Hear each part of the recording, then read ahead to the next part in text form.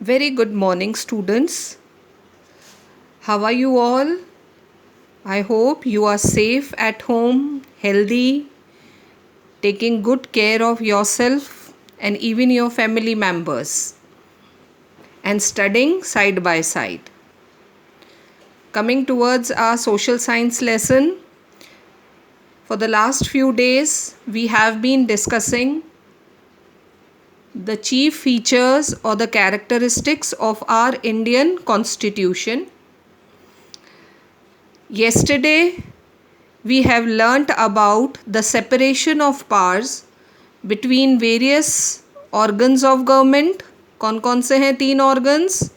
Legislature, Executive and Judiciary. उनमें कैसे separation of powers हुआ है वो समझा था. The next feature that we studied yesterday was secular state.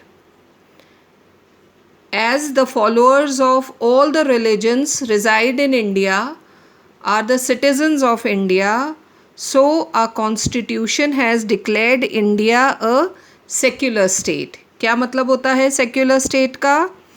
All the religions are given equal position. There is no official religion. Bharat का कोई official religion नहीं है. हम यहाँ सब रिलीजन को इक्वली इम्पोर्टेंस देखते हैं, इक्वली वर्शिप करते हैं. सिटीजन्स को फुल फ्रीडम है अपने रिलीजन को फॉलो करने की. This is the meaning of secular state. Government किसी पर्टिकुलर रिलीजन को फेवर नहीं करती. गवर्नमेंट के लिए सारे रिलीजन फॉलोअर्स बराबर हैं. These were the 2 features that we have discussed in our last class. Now let's begin our today's class. आज हम 2 features करेंगे, a welfare state and fundamental rights of the citizens. So let's begin our today's class with the 7th feature of our Indian Constitution, that is a welfare state. Welfare का मतलब क्या होता है बच्चों, बताओ. वेलफेयर का मतलब होता है सबकी भलाई करना. तो इंडियन गवर्नमेंट जो है या भारत देश की गवर्नमेंट पर ये रिस्पॉन्सिबिलिटी है to act as a welfare government. लोगों की भलाई के लिए काम करना. This is the main purpose of declaring India a welfare state. The Indian constitution has laid down several directive principles of state policy.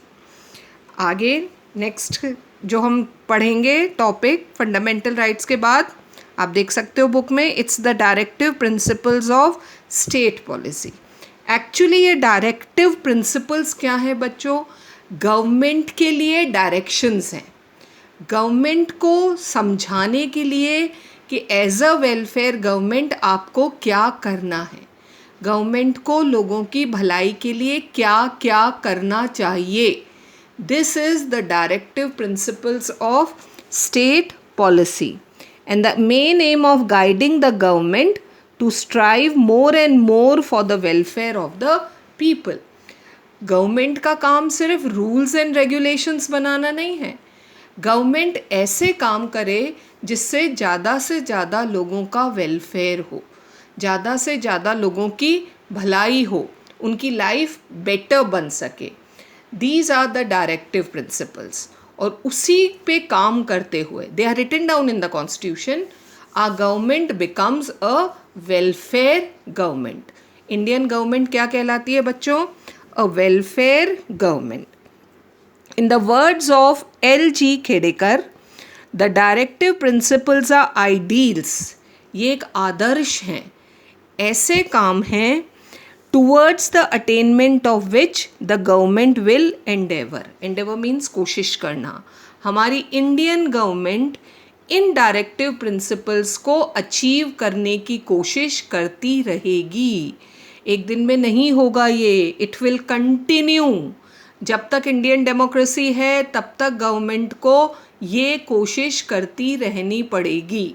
These are those directive principles. ये वो conditions हैं जिनमें लोगों के लिए वेलफेयर करना है। तो ये हमारे डायरेक्टिव प्रिंसिपल्स हैं which have been written down in a constitution. और अगर इंडियन गवर्नमेंट इन्हें फॉलो करती है, it becomes a welfare government. The government's main responsibility is not only to save the citizens from internal changes and external dangers and external invasions. सिर्फ government का काम हमें भाई किसी देश ने हम पर अटैक कर दिया तो प्रोटेक्ट करना, या देश के अंदर हमें कोई खतरा है उससे बचाना ही नहीं है बस हमें protect. Of course that is one responsibility of the government to protect Indian citizens from dangers, but also to look to their general welfare. Government की ये भी रिस्पॉन्सिबिलिटी है कि वो इंडियन सिटीजन्स की भलाई के लिए भी काम करे. सिर्फ प्रोटेक्ट ही नहीं करना है, उनकी भलाई के लिए, उनके डेवलपमेंट के लिए, उन्हें अच्छा स्टैंडर्ड ऑफ लिविंग मिल सके, इसके लिए भी गवर्नमेंट को कोशिश करनी है. As far as possible, it should provide adequate means of livelihood. सबसे पहली रिस्पॉन्सिबिलिटी गवर्नमेंट की क्या है? To provide Indian citizens with adequate livelihood, source of income, है ना. उन्हें काम देना, उन्हें रोज़गार देना, उन्हें एम्प्लॉयमेंट देना, ये भी रिस्पॉन्सिबिलिटी है गवर्नमेंट की टू ऑल इट्स सिटीजन्स. फिर encourage equitable distribution of wealth, सबको बराबर हर चीज़ में हिस्सा मिले, ये देखना भी गवर्नमेंट का काम है. Equitable means equal distribution of wealth and prevent concentration of wealth in few hands. सारा फ़ायदा कुछ लोगों के हाथ में न जाए, प्रॉफिट में सबका बराबर शेयर हो, कंट्री में जो भी प्रोडक्शन हो रहा है, जो भी डेवलपमेंट हो रहा है, उसका फ़ायदा सबको मिले, ये देखना भी गवर्नमेंट की रिस्पॉन्सिबिलिटी है. Look after the health of the citizens, of course taking care of the health of the citizens. देखो हमारी गवर्नमेंट्स अभी कोविड टाइम्स में कितना काम कर रही हैं. New hospitals are being opened, लोगों की हेल्थ के लिए कितनी रिस्पॉन्सिबल है हमारी गवर्नमेंट ना. ये सब भी किसकी रिस्पॉन्सिबिलिटी है? गवर्नमेंट की, कि लोग हेल्दी रहें, बीमार ना हो. हेल्दी रहेंगे तभी तो काम कर सकेंगे, कंट्री को डेवलप कर सकेंगे. तो taking care of the health of the citizen is also the responsibility of government. Provide employment to everybody, ये भी एक रिस्पॉन्सिबिलिटी है. Promote agriculture and cottage industries, small scale industries, ताकि ज़्यादा से ज़्यादा लोगों को एम्प्लॉयमेंट मिले. And encourage international cooperation etcetera. ये अलग अलग प्रिंसिपल्स हैं, डायरेक्टिव प्रिंसिपल्स हैं जो गवर्नमेंट को करने हैं. These are the work, these are the responsibilities that government has to perform. जब गवर्नमेंट ये सारा काम करेगी, then only it will be known as a welfare government. और अगर गवर्नमेंट ये सब करती रहेगी, वेलफेयर गवर्नमेंट बनेगी, Indian state will be known as a welfare state, जहाँ पर लोगों की भलाई के लिए काम किया जाता है. गवर्नमेंट फुल रिस्पॉन्सिबिलिटी लेती है of the welfare of its citizens. This is a welfare state. आया समझ में ये पॉइंट? अब नेक्स्ट जो कैरेक्टरिस्टिक है इंडियन कॉन्स्टिट्यूशन का, बहुत इम्पॉर्टेंट है, ये तो हमारे लिए है. क्या है ये? Fundamental rights of the citizens. Very important. भाई राइट्स तो तुम सब समझते हो, अधिकार कौन नहीं जानता. कितने आराम से कहते हैं अरे ये तो हमारा अधिकार है. तो ये अधिकार भी हमें कहाँ से मिले हैं? कॉन्स्टिट्यूशन से मिले हैं. और फंडामेंटल राइट्स तो वो हैं जो हर इंडियन सिटीज़न को इक्वली मिले हैं. वो किसी भी एज का हो, किसी भी caste, religion, male, female, rich, poor, living in city, living in village, कहीं भी हो, कोई भी हो, इंडियन सिटीजन्स को ये राइट्स इक्वली मिले हैं. ये भी एक फीचर है कॉन्स्टिट्यूशन का. Very important, fundamental rights of the citizens. और ये हमने कहाँ से लिए हैं, है ना? स्टार्टिंग में बताया था ना मैंने, हमने अलग अलग कंट्रीज़ के कॉन्स्टिट्यूशन से उनके अलग अलग गुड फीचर्स अपने कॉन्स्टिट्यूशन में लिखे हैं. तो fundamental rights from where we have taken which country? like the Constitution of USA, United States of America. So we have taken the idea of fundamental rights from the Constitution of USA. The Indian Constitution has guaranteed several fundamental rights to all its citizens. All its citizens. अभी समझाया था ना मैंने, India में रहने वाले, India का नागरिक होना चाहिए. They have got these fundamental rights, basic rights. Fundamental का मतलब क्या होता है? Basic. ये basic rights तो सबको मिले हैं, बस इंडियन सिटीजन होना ज़रूरी है. सो जो कॉन्स्टिट्यूशन ने ओरिजिनली हमें दिए थे, they were 6 fundamental rights. Among these rights, the most important are those. These are 6 fundamental rights, children. First one is right to equality, right to liberty, right to freedom of religion. Equality means सब बराबर हैं. Liberty means पूरी आज़ादी है, बोलने की, सोचने की, इंडिया में कहीं भी घूमने की, कोई भी ऑक्यूपेशन करने की. We have all the freedoms. Freedom of religion, secular state में समझा था, that we are free to follow any religion, to practice any religion. That is freedom of religion. Cultural and educational rights, अपने culture को promote करना.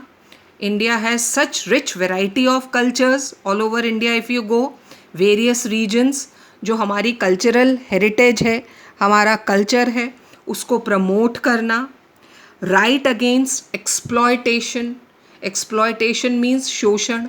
कोई किसी को परेशान कर रहा है, किसी से उसके राइट्स छीन रहा है, किसी भी तरह का दबाव डाल रहा है, गलत काम हो रहा है, तो ये सब इसके खिलाफ आवाज़ उठाना. एक ह्यूमन बीइंग दूसरे ह्यूमन बीइंग का शोषण नहीं कर सकता. This is right against exploitation. Right to constitutional remedies, ये एक बहुत इंपॉर्टेंट राइट है बच्चों, क्योंकि यही राइट टू कॉन्स्टिट्यूशनल रेमेडीज़ बाकी 5 राइट्स को प्रोटेक्ट करता है. इसका मतलब even the government of India, even the president who is the head of the country can not take away these fundamental rights. ये जो 6 राइट्स हमें दिए गए हैं, ये हमसे कोई भी गवर्नमेंट, कोई भी दूसरा पर्सन नहीं छीन सकता. This is right to constitutional remedies. और अगर तुम कहोगे छीनने की कोशिश करेगा, तो हम हाई कोर्ट या सुप्रीम कोर्ट में अपील कर सकते हैं. This is right to constitutional remedies. और ये जो एक नया राइट और जोड़ा गया है, right to education for you children. Bharat के हर बच्चे को किसका अधिकार है? Right to education. ये लेटेस्ट राइट है जो ऐड किया गया है for the children of the country. After all you are the future of the country. आपका एजुकेट होना बहुत इम्पॉर्टेंट है, इसीलिए तो कहते हैं पढ़ लो बच्चों, बहुत ज़रूरी है. So this is right to education. Up to the age of 14 years हर बच्चे को स्कूल जाना है और एजुकेशन मिलनी चाहिए. This is the right to education, जो अभी कुछ टाइम पहले ही इस लिस्ट में ऐड किया गया है. These rights are inviolable. इन्हें कोई छीन नहीं सकता. Even the government cannot refuse to give these rights to its citizens. Government भी हमसे हमारे ये rights नहीं छीन सकती.